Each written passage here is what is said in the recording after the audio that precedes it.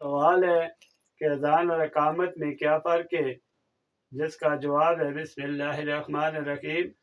اذان کے معنی اطلاع کرنے کے ہیں، لیکن اسلامی شریعت میں 5 وقت کی نماز اور جمعے کی نماز کے لیے خاص الفاظ سے اعلان کرنے کو اذان کہا جاتا ہے۔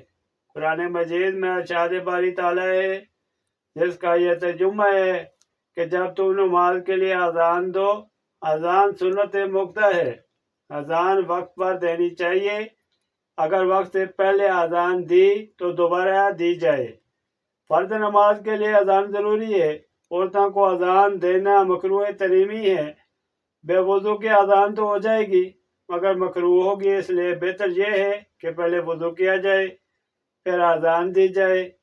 بلند جگہ قبلہ رخ ہو کر کانوں میں انگلیاں ڈال کر اذان دینا ضروری ہے۔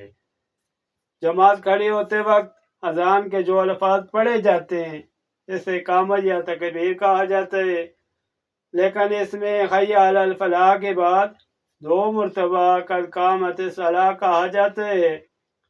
اقامت کی آواز اذان کی آواز سے پست ہونا ضروری ہے، اور اقامت کہتے وقت کلمات جلد جلد کہے جاتے ہیں اور کانوں میں انگلیاں بھی نہیں ڈالی جاتی۔